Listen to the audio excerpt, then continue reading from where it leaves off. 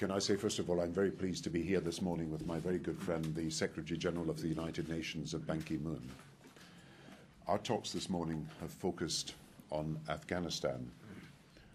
We have focused on what we can do to match the military push that is going to take place in Afghanistan with a political push forward. And I want to announce our plans in the context of the conference that we are calling in London on January the 28th, at which President Karzai will be present, at which the Secretary-General has agreed to attend, and at which we will be issuing invitations to all the major ISAF countries, Afghanistan's neighbours, regional powers and key international institutions. The purpose of the conference, which I will open and the Foreign Secretary will chair, is to drive forward our campaign in Afghanistan to match the increase in military forces with an increased political momentum, to focus the international community on a clear set of priorities across the 43-nation coalition, and marshal the maximum international effort to help the Afghan government deliver. I believe that we will be able to set a clear timetable for 2010 and beyond.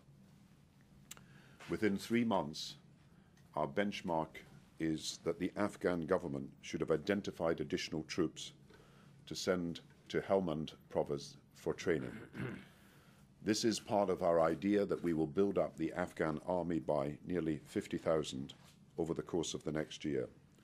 Within 6 months, we will want a clear plan for police training, and that means that the corruption that has been identified in the police is being dealt with, and we have police trainers to have a police force that works with the local community rather than sometimes against it. Within 9 months, President Karzai should have completed the process of appointing almost 400 provincial and district governors who can lead the provision of services in these areas. Within 12 months, 5,000 additional Afghan troops will be trained by us in Helmand, and thousands more, of course, in other parts of the country. And during 2010, we must start the transition to an Afghan security lead in a number of districts and provinces. And I want the conference in London to set the conditions needed for district-by-district handover to Afghan lead responsibility.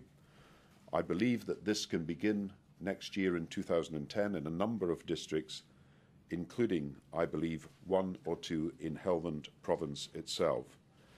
I think we need to transfer at least 5 Afghan provinces to lead Afghan control by the end of 2010.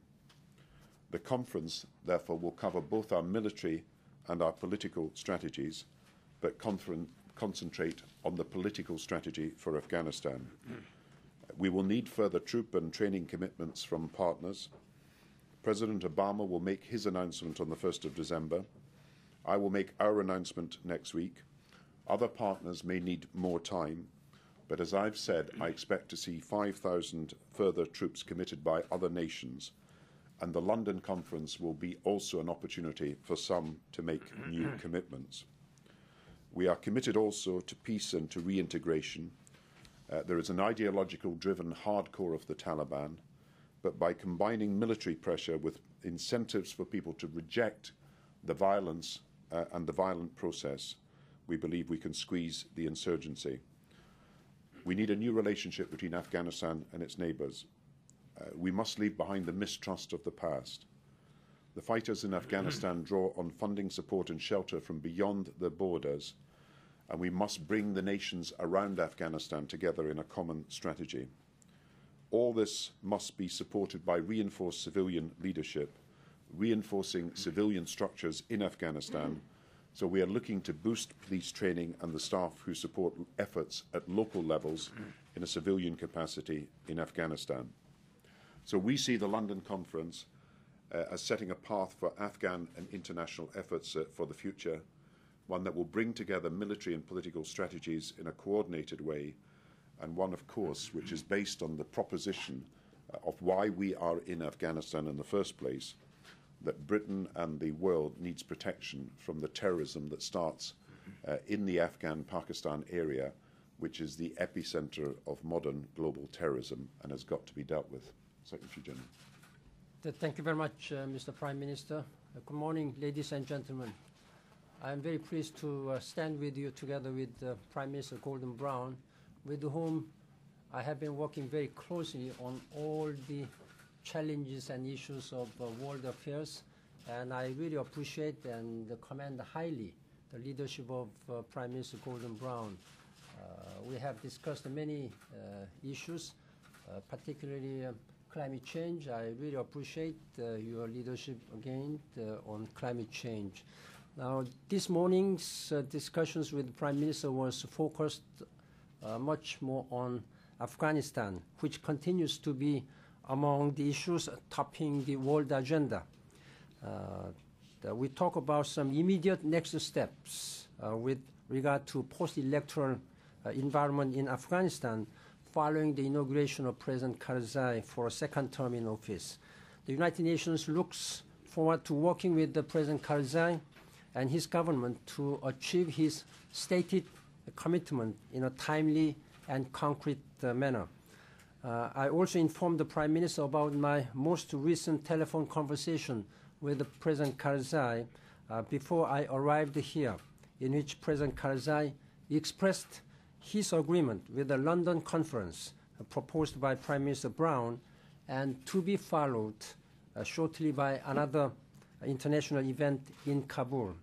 At this point, with regard to this, I wish to make a formal statement regarding this international conference on Afghanistan.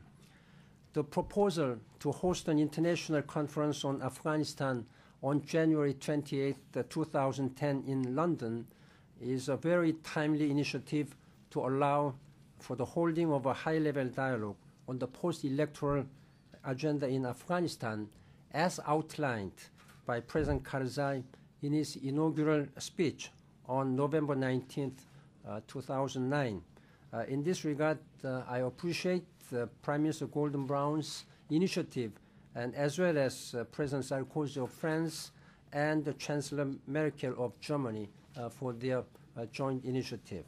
That agenda had also detailed a work program for the new Afghan government.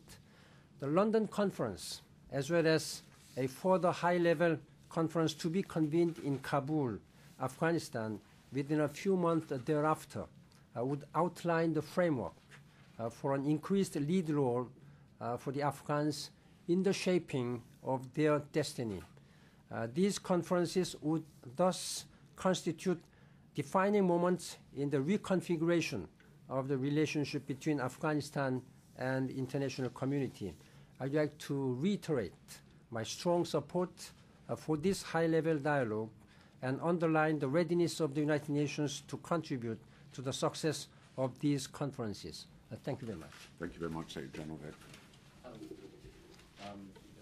Question for you both, really. You mentioned the ideological hardcore of the Taliban in Afghanistan, who presumably you wouldn't consider trying to include in this process or to bring in, but is there a sense in which at this conference, either the one in London or in Kabul, either of you would like to see representatives of Taliban, ex-Taliban, included in this process? No, that's not possible. We've got to be absolutely clear that our strategy is to build up the Afghan institutions themselves, the Afghan army, the Afghan police, the Afghan civil society, the Afghan local institutions, Afghan government at a provincial and district level. And our idea is to strengthen the local and national institutions of the Afghanistan people and to weaken the Taliban. Now, if there are people who wish to renounce the Taliban and renounce the violence and join the democratic process and, if you like, resist and condemn the insurgency, then, of course, President Karzai has said that he would welcome them back into the democratic process. But the whole purpose of the London conference is to strengthen the civil society, the military and the policing efforts of the Afghan people themselves, and to provide resources but also the momentum by which President Karzai himself will announce that he has milestones and he has benchmarks that he will meet over the next year. I would support what Prime Minister Gordon Brown has just said on the basic objective of conference. This will have two overarching objectives in this conference. First one will be to have a strong compact by President Karzai and his government together with these people. And secondly, establishing a stronger partnership between Afghan and the international community as a whole. We will have very important agendas like